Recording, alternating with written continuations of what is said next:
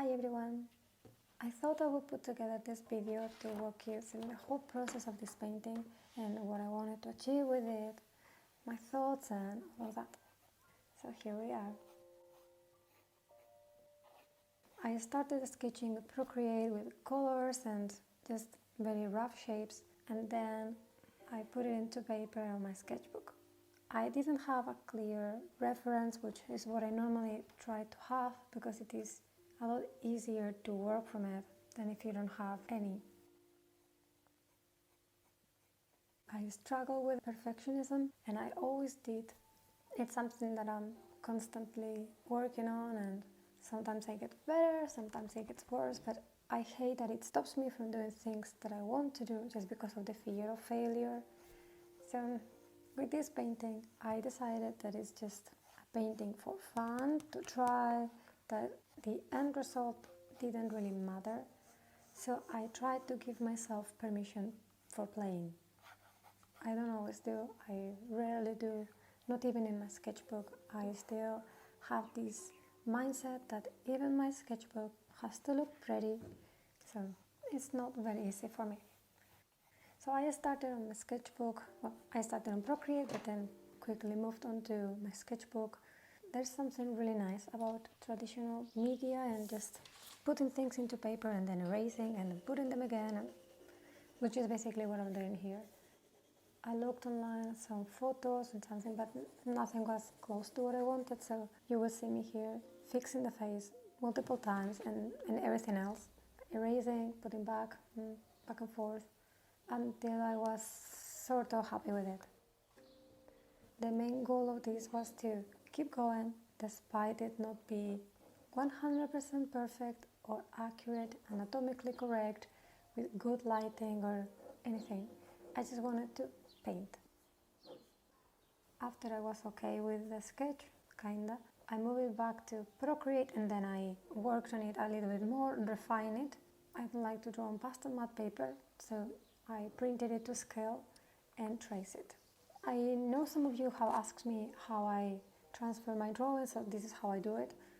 I print them on size, or I draw them on the size that I want to have the final painting in, and then I cover the back with graphite, with quite a bit of it. If the transference are not working for you, use a softer lead, maybe a B or 2B, and then when you are tracing it, put a bit of pressure. You need to apply a little bit of pressure for it to transfer well. I'm using a regular pen, and that way I see clearly the marks that I already made, so I don't go over the same spot twice. And that's basically it. You could use carbon paper that is made for this, but I don't have it, so this is just, it barely takes me any time, so I don't mind. Once it was ready on the board, I started working on this. Most of my oil pastels are from Sennelier, but it's been getting hotter and they are much more battery. So I wanted to work more with Neopastel. So when I was thinking about the colors that I wanted to use, especially for the skin, I kept in mind the sticks, the specific colors that I had from Neopastel. Because I only have like 10 of them, I had to use also from Sennelier, especially for the background or the hair, because I don't have dark colors and I only own one green. But I would say the skin is like 90% Neopastel.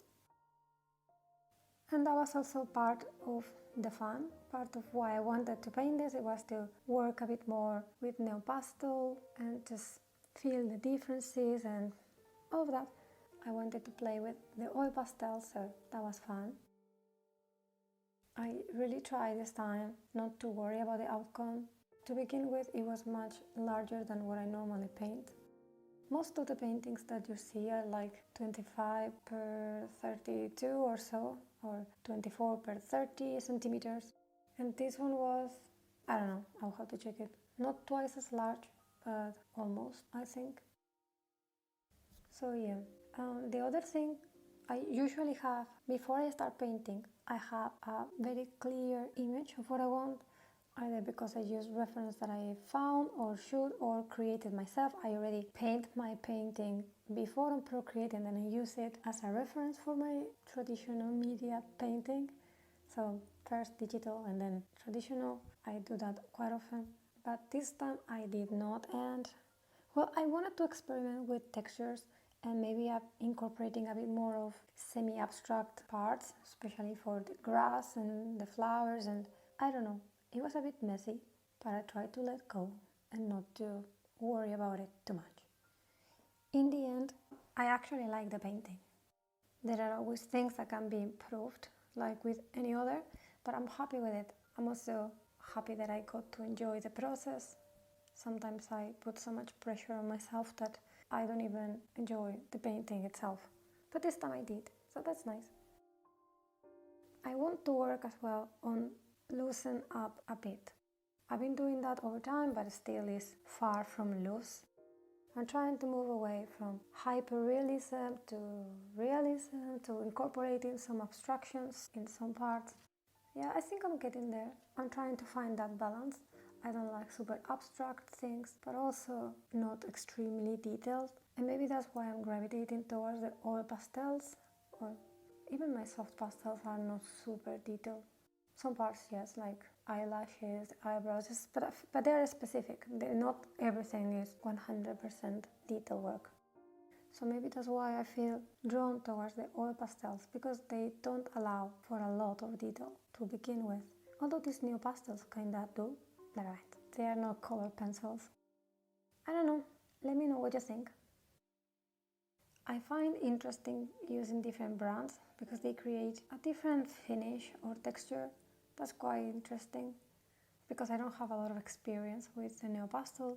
I don't think I incorporated them, or I don't think that I use them to their full potential. Maybe after I've used them for a while. But I think it could be nice to plan ahead. But there we go again with the planning and everything.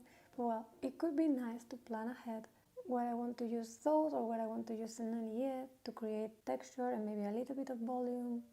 I don't know, like they work different and they look different, so maybe I could find a way where I can combine them both in a better way. Because here you can see a clear separation or differentiation, because one is much more creamy and chunky than the other in mixed texture, and the other one is super satiny smooth. And by the way, I'm sorry about the lighting. It was raining or very, very grey, and I had to use the lamp. The lighting is inconsistent. I did my best editing, but I have limitations. I've also edited on a separate video the process of the face, where you can see everything that I'm doing, and I explain how I use Neopastels, and that should already be up on my Patreon, so the link is below if you want to check it. And I think that's it. I hope it was useful or entertaining, and if you have any questions or suggestions, please leave them below, and have a nice day. Bye bye!